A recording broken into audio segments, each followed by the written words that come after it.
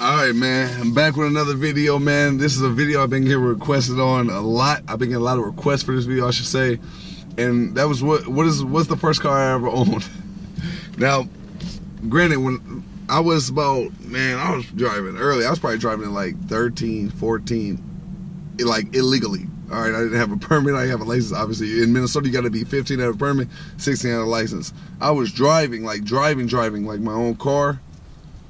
14, 13, 14, I think it may be 14 at the worst, latest time is 14. All right, so I was driving long before I had a permit, anything, you know what I mean? So I want to say 13, but you know, maybe it was no later than 14 for sure. All right, so illegally. All right, and my first car was a 1992 Color Sierra. I'll never forget it. It was white with the blue cotton seats on the inside.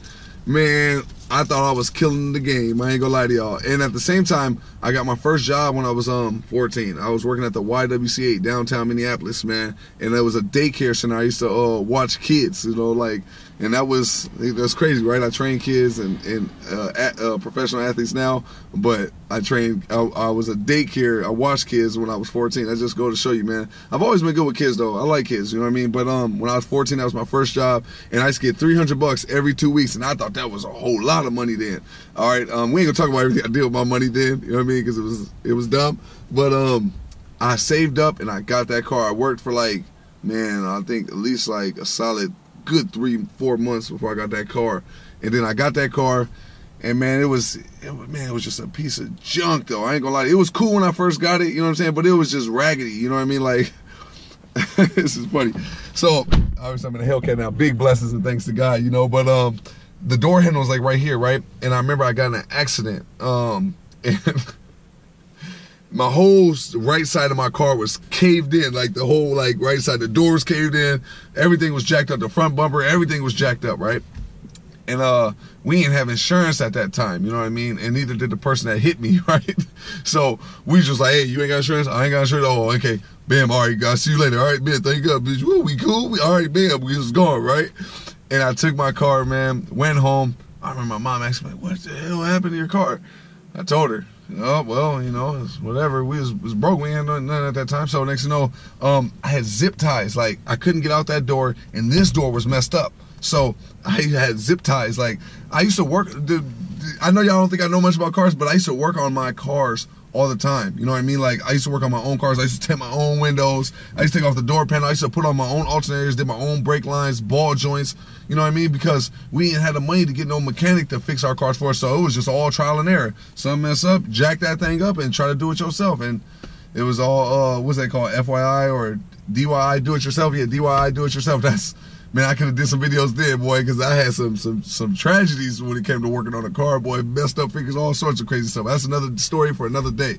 But I took off my whole door panel because I couldn't get out the car, right? I had plastic bags on my windows, taped around my window here and on the back window, and then every time I drive, the bag be like sucking in with the wind and going out with the wind. It was the most embarrassing thing in life. But nonetheless, I had wheels, so I'm like, man, I got a car, I'm good, you know what I mean?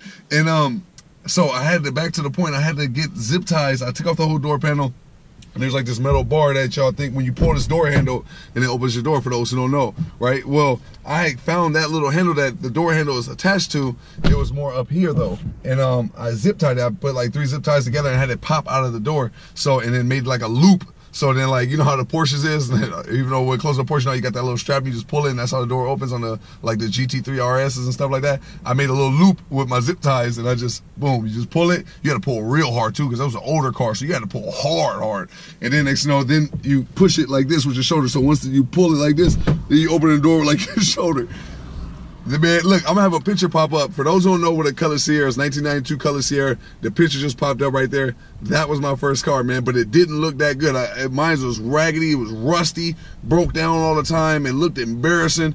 But at the same time, man, I was a nigga in the hood with wheels, you know what I'm saying? So even if I had a shorty sit in the car, it was like, you can't really talk about my car because at 14, 15, who really got a car anyway? You know what I'm saying? At least I got a car. So it was like, you know, and I hustled by myself and got that car. Nobody did that for me. That was me. I bought that car with my own money.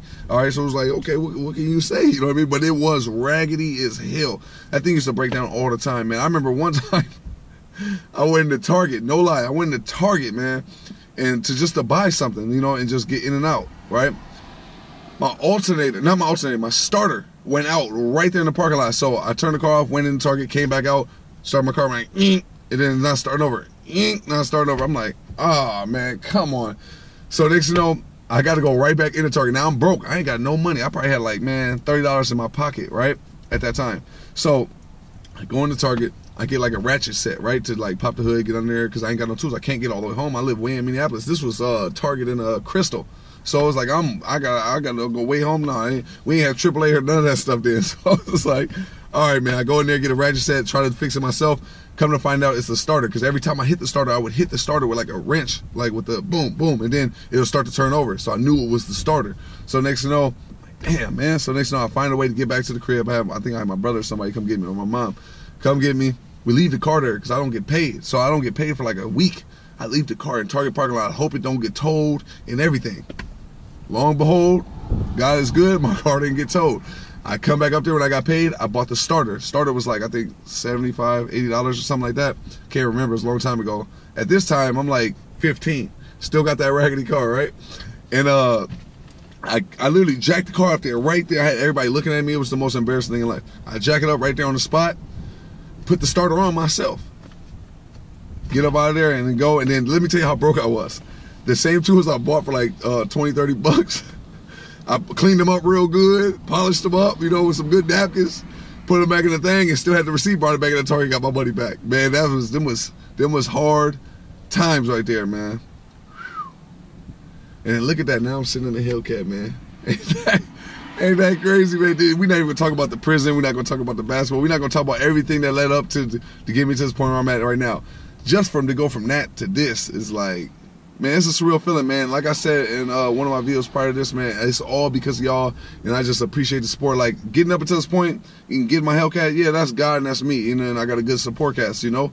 But y'all, it's y'all who, when I got this Hellcat, I made this YouTube channel that's able to let me get this Trackhawk, you know what I'm saying, and just, man, just do great, tremendous things, and to even be able to have a market of people, you know, that just, you know, waiting for me to drop a video or to hear the next thing I'm talking about, or just to even have that audience, man. I really appreciate the love and the support, man.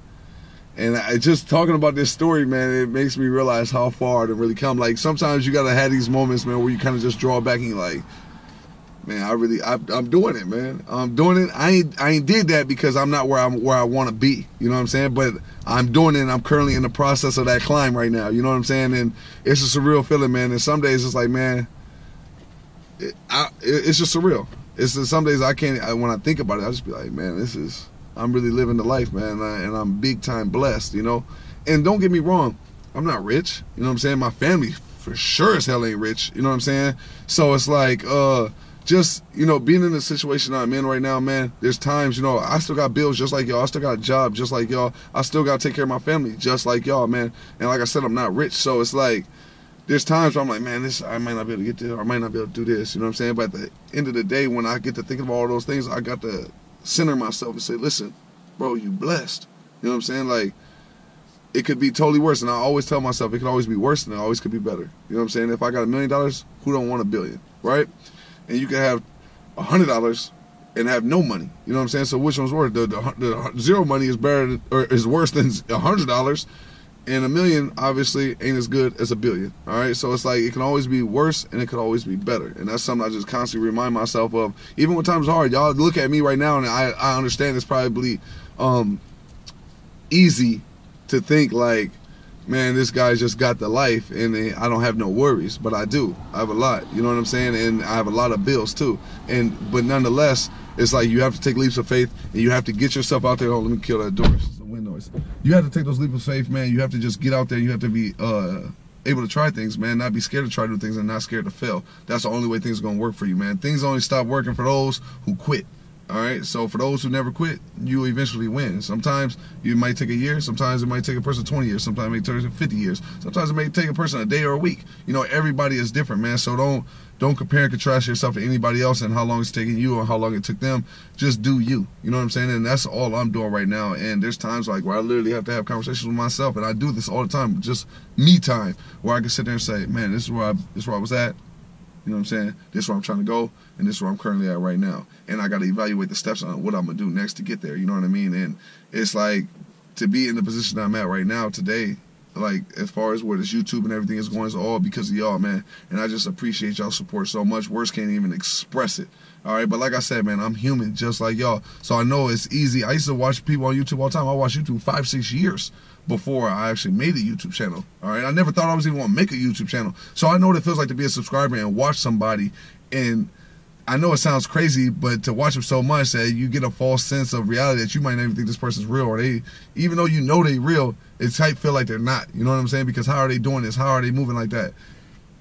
Excuse me, how are they that blessed? You know what I'm saying? Like, I know what that feels like. You know what I'm saying? So I just want to remind y'all, man, that I am who I am, and I am human, and I do exist, and I do have bills just like everybody else, man. And if you ever see me in public, man, you'll find out I'm just as regular as y'all, man. There's no difference between me and y'all. You know what I mean? We all on the grind, and we all got to enjoy and take in the process, man. We all got to go through the process. There is no way of skipping the process. You know, unless your family's just rich, cool, you can skip that joint.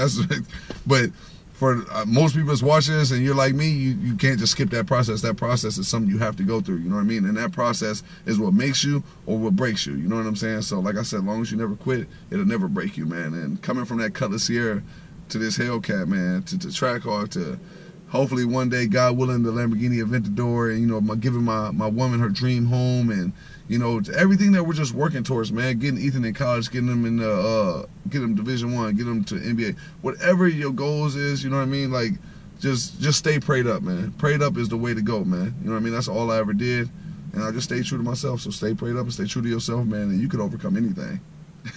And just thinking about that Cutlass Sierra and all, that's just one of the raggedy whips I had. I had so many raggedy cars. My Honda was my first car when I got in college, and I couldn't even afford that car when I got that car. You know what I'm saying? That car was, I think it was $318 a month. Yeah, it was $318 a month when I first got it at like 11% interest rate.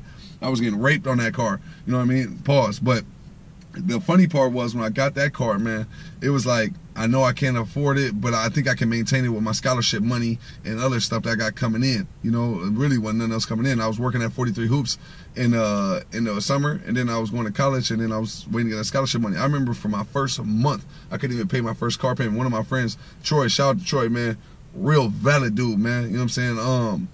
I couldn't come through with the money because my scholarship money took, like, if you ever play basketball, you know it's like a couple months grace period from when you first start school to when you actually get that Pell Grant money and that scholarship money.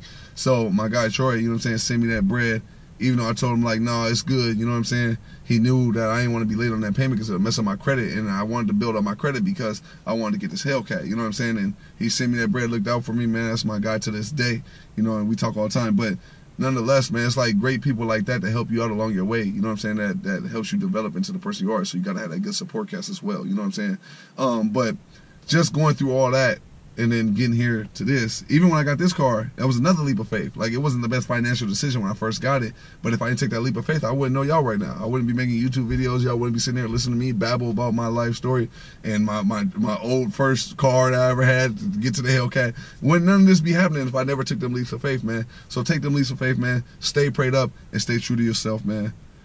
But now y'all know, man, that was my first car, the 1992 Cutlass Sierra, man. And y'all got a whole lot more than I planned on giving y'all in this video. But no matter what, man, like I said, I'm gonna keep all that in there, man, because it's all reality. This is real life. You know what I'm saying? And I think a lot of people fail to mention this stuff on YouTube, man. So let me be the one to let y'all know that. You know what I'm saying? But just like that, man, this video's over. It's done. Let me start that thing up. Oh, I gotta hear that thing now after talking all that talk. Just like that, man, this video's over. It's done, man. Holla at you on the next one, man. I'm gone.